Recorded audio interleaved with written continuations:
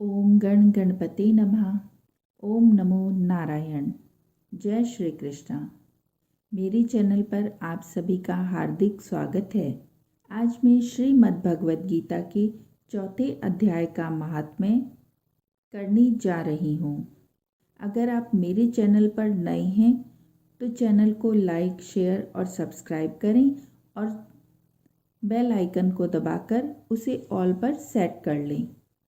अगर आप नए हैं तो आपको बता देती हूँ कि मेरे चैनल पर रोज़ सुबह 7 बजे अध्याय के महात्म्य के पाठ की वीडियो और शाम को 7 बजे मूल अध्याय की वीडियो हिंदी में आ रही है। अब तक आए हुए तीनों अध्यायों की वीडियो पहले 3 दिन डल चुकी है। आज चौथे अध्याय के महात्म्य की और चौथे अध्याय के मूल पाठ की वीडियो आ रही है। आप सभी से अनुरोध है कि उन्हें अवश्य देखें और आपके जो भी सुझाव हों वह कमेंट में ज़रूर बताएं। तो अब हम श्रीमद् भगवद गीता के चौथे अध्याय के महात्म्य का पाठ करेंगे। इस अध्याय का नाम है ज्ञान कर्म संन्यास योग। श्री भगवान कहते हैं कि प्रिय, अब मैं चौथे अध्याय का महात्म्य बतलाता हूँ। सुनो। भागीरथी के तट पर वाराणसी नाम की एक पुरी है। वहाँ विश्वनाथ जी के मंदिर में भरत नाम के एक योगनिष्ठ महात्मा रहते थे, जो प्रतिदिन आत्मचिंतन में तत्पर हो आदरपूर्वक गीता के चतुर्थ अध्याय का पाठ किया करते थे। उनके अभ्यास से उनका अंतःकरण निर्मल हो गया था। वे शीत उष्ण आदि द्वंद्वों से कभी व्यथित नहीं होते थे। एक समय की बात है, वे तपोधन नगर की सीमा में स्थित देवताओं का दर्शन करने की इच्छा से भ्रमण करते हुए नगर से बाहर निकल गए। वहाँ बेर के 2 वृक्ष थे। उन्हीं की जड़ में वे विश्राम करने लगे। एक वृक्ष की जड़ में उन्होंने अपना मस्तक रखा था और दूसरे वृक्ष के मूल में उनका एक पैर टिका हुआ था। थोड़ी देर बाद जब वे तपस्वी चले गए, तब बेर के वे दोनों वृक्ष 5 ही 6 दिनों के भीतर सूख गए। उनमें पत्ते और डालियां भी नहीं रह गई। तत्पश्चात वे दोनों वृक्ष कहीं ब्राह्मणों के पवित्र गृह में 2 कन्याओं के रूप में उत्पन्न हुए। वे दोनों कन्याएं जब बढ़कर 7 वर्ष की हो गई, तब एक दिन उन्होंने दूर देशों में घूमकर आते हुए भरत मुनि को देखा। उन्हें देखते ही वे दोनों उनके चरणों में पड़ गई और मीठी वाणी से बोली कि मुने, आप ही की कृपा से हम दोनों का उद्धार हुआ है। हमने बेर की योनि त्याग कर मानव शरीर को प्राप्त किया है। उनके इस प्रकार कहने पर मुनि को बड़ा विस्मय हुआ। उन्होंने पूछा, पुत्रियों, मैंने कब और किस साधना से तुम्हें मुक्त किया था? साथ ही यह भी बताओ कि तुम्हारे बेर के वृक्ष होने में क्या कारण था, क्योंकि इस विषय में मुझे कुछ भी ज्ञात नहीं है। तब वे कन्याएं पहले उन्हें अपने बेर हो जाने का कारण बतलाती हुई बोली, मुने, गोदावरी नदी के तट पर छिन्नपाप नामक एक उत्तम तीर्थ है, जो मनुष्य को पुण्य प्रदान करने वाला है। वह पावनता की चरम सीमा पर पहुंचा हुआ है। उस तीर्थ में सत्य तपा नामक एक तपस्वी बड़ी कठोर तपस्या कर रहे थे। वे ग्रीष्म ऋतु में प्रज्वलित अग्नियों के बीच में बैठते थे और वर्षा काल में जल की धाराओं से उनके मस्तक के बाल सदा भीगे ही रहते थे तथा जाड़े के समय जल में निवास करने के कारण उनके शरीर में हमेशा रोंगटे खड़े रहते थे। वे बाहर भीतर से सदा शुद्ध रहते, समय पर तपस्या करते तथा मन और इंद्रियों को संयम में रखते हुए परम शांति प्राप्त करके आत्मा में ही रमण करते थे।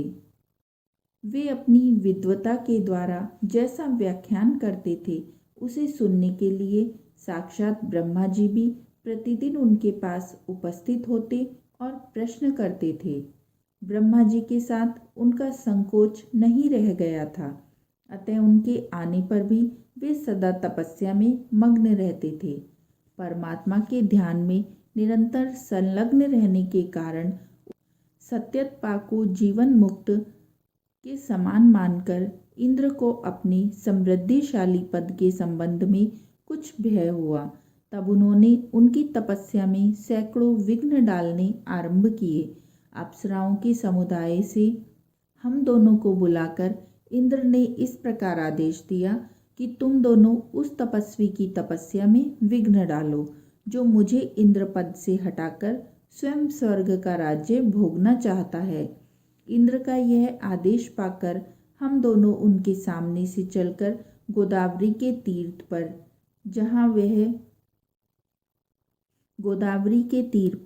जहाँ वे मुनि तपस्या करते थे वहाँ आई। वहाँ मंद और गंभीर स्वर से बजते हुए मृदंग तथा मधुर वेणुनाद के साथ हम दोनों ने अन्य अप्सराओं सहित मधुर स्वर में गाना आरंभ किया।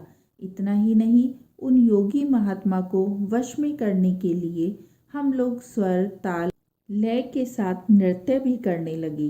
बीच बीच में जरा जरा सा आंचल खिसकने पर उन्हें हमारी छाती भी दिख जाती थी। हम दोनों की उन्मत्त गति काम भावना का उद्दीपन करने वाली थी, किंतु उसने उन निर्विकार चित्त वाले महात्मा के मन में क्रोध का संचार कर दिया। तब उन्होंने हाथ से जल छोड़कर हमें क्रोधपूर्वक श्राप दिया, अरे तुम दोनों गंगा जी के तट पर बेर के वृक्ष हो जाओ।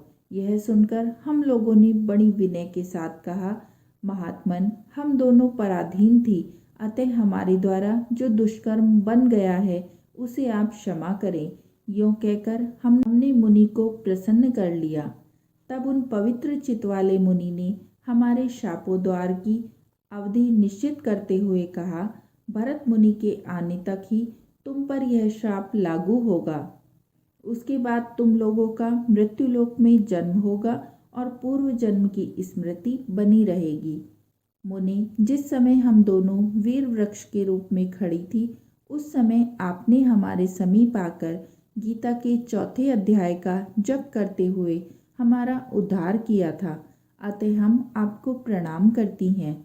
आपने केवल शाप से ही नहीं, इस भयानक संसार से भी गीता के 4 अध्याय के पाठ द्वारा हमें मुक्त कर दिया। श्री भगवान कहते हैं, उन दोनों के इस प्रकार कहने पर मुनि बहुत ही प्रसन्न हुए और उनसे पूजित हो विदा लेकर जैसे आए थे वैसे ही चले गए, तथा वे कन्याएं भी बड़े आदर के साथ प्रतिदिन गीता के 4 अध्याय का पाठ करने लगी, जिससे उनका उद्धार हो गया। तो इस प्रकार यह 4 अध्याय का महात्म्य अब समाप्त होता है। इस अध्याय का नाम ज्ञान कर्म संन्यास योग था। आशा है आपको पसंद आया होगा। अगर कोई त्रुटि हुई है तो उसके लिए क्षमा कीजिएगा और अवश्य लिखिएगा। ओम नमो नारायण।